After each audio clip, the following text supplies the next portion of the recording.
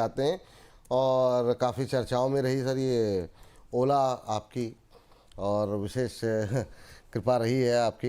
लेकिन सर अब क्या करें, मतलब दो तरह, जैसा कि पहले भी हम लोग डिस्कस कर चुके हैं कि भाई दो तरह के व्यूज़ यहाँ पर आ रहे हैं। क्या जो बीत गई सो बात गई समझ के छोड़ देना चाहिए, या फिर एक जो खबर आई, एक जो करीब 300-400 करोड़ रुपए इनको मिल रहे हैं पीएलआई ऑटो स्कीम के तहत, उसको कितना बड़ा ट्रिगर हो सकता है? क्या प्रमोटर की सेलिंग रुक गई है? बहुत सारे सवाल मन में हैं। पर ये 36 रुपये का भाव कैसा लग रहा है? क्या इस आगे चल के अगर तेज़ी बनती है तो उसे एक एग्जिट अपॉर्चुनिटी माने, या यहाँ पर भी जो लोग हायर लेवल पे हैं, बहुत लोगों के सवाल 69 के को लेकर के थे कि उन्होंने 69.5 पे लिया हुआ है, और भी अलग अलग लेवल पे लोगों की खरीद है, बहुत लोग नीचे खरीद रहे हैं अभी। आप क्या सलाह देंगे ओला पे?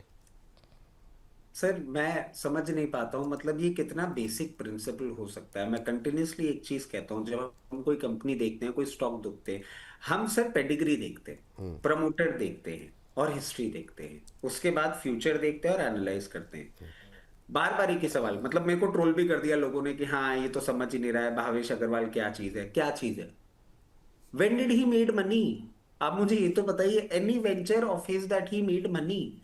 ये सब नहीं मैनेज कर पाते हैं चीजें, क्यों डिफिकल्ट लगता है लोगों को ऐसा समझना।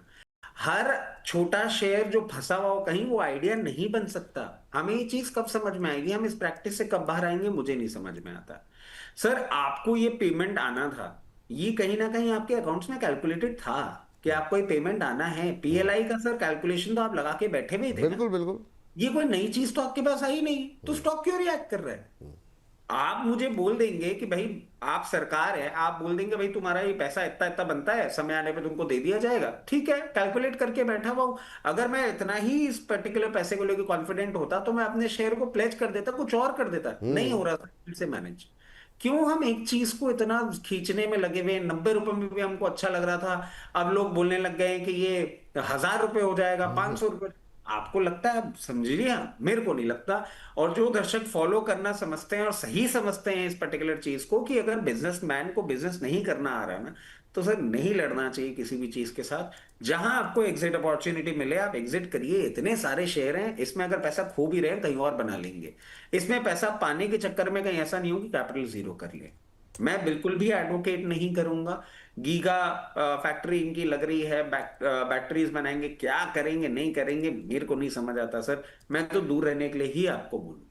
चलिए, तो यहाँ पर ओला इलेक्ट्रिक से फिलहाल के लिए दूरी बनाने की सलाह है। चल भी गया 2-4 रुपए तो कोई बड़ी बात नहीं, बहुत सारे ऑप्शन रहते हैं।